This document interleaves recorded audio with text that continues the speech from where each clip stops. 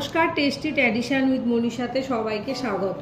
আজকের snacks recipe chowmein samosa. তো চলুন শুরু করি।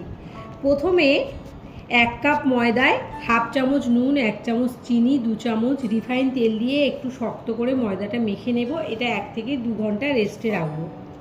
এবার কড়াইতে রিফাইন তেলে কারি পাতা, কাঁচা লঙ্কা ফোড়ন দিয়ে সেদ্ধ করা চাউমিনটা দিয়ে দেবো। এতে সয়া সস, ভিনিগার, মরিচ গুঁড়ো ও ম্যাগি মশলা অ্যাড করে নিলেই রেডি চাউমিন।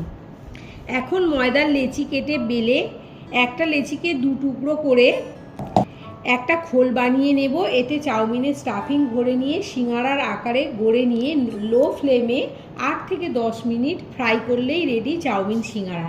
এটা সস অথবা মিষ্টি চাটনি দিয়ে খেতে ভীষণই ভালো লাগে। আপনারা অবশ্যই এটা ট্রাই করবেন। কেমন লাগলো আমাকে কমেন্টে জানাবেন। ভালো লাগলে ভিডিওটি লাইক করবেন।